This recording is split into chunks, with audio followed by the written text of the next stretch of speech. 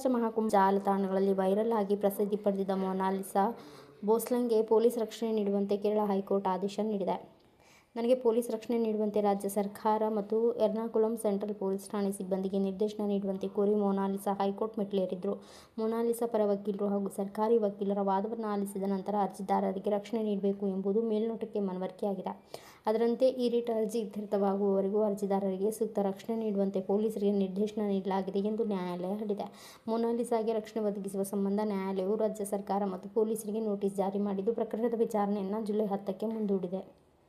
Mona Lisa ಅವರ ತಂದೆ ನೀಡಿದ ದೂರಿನ ಆಧಾರದ ಮೇಲೆ ಮಧ್ಯಪ್ರದೇಶದ ಪೊಲೀಸರು ಆಕೆಯ ಪತಿ ಮೊಹಮ್ಮದ್ ಫರ್ಮಾನ್ ಖಾನ್ ವಿರುದ್ಧ ಅಪಹರಣ ಪ್ರಕರಣ ದಾಖಲಿಸಿದ್ದಾರೆ. ನನ್ನ ಮಗಳು ಅಪ್ರಾಪ್ತಳು ಎಂದು ತಂದೆ ವಾದಿಸಿದ್ದಾರೆ.